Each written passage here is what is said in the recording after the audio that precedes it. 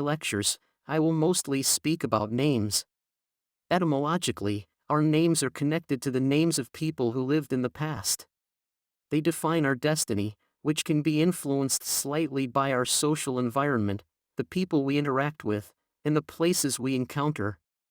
However, the core role of destiny remains the same and it shapes our future.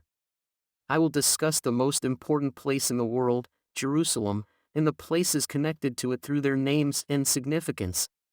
Additionally, I will talk about the leaders of each period, referring to them as trinities. The first trinity consists of Abraham, Sarah, and Lot. We will explore the trinities of each period up until the present day.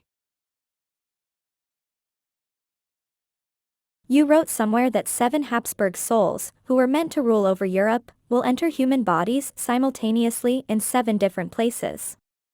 6 of them will relinquish the throne in favor of the 7th, the called and the elected one. Who is she? Your discoveries indicate that the person will be born as a woman. You are right. The European leader will be a female because we are entering the period of matriarchy. She will be a descendant of the Merovingian, that is of the Habsburgs.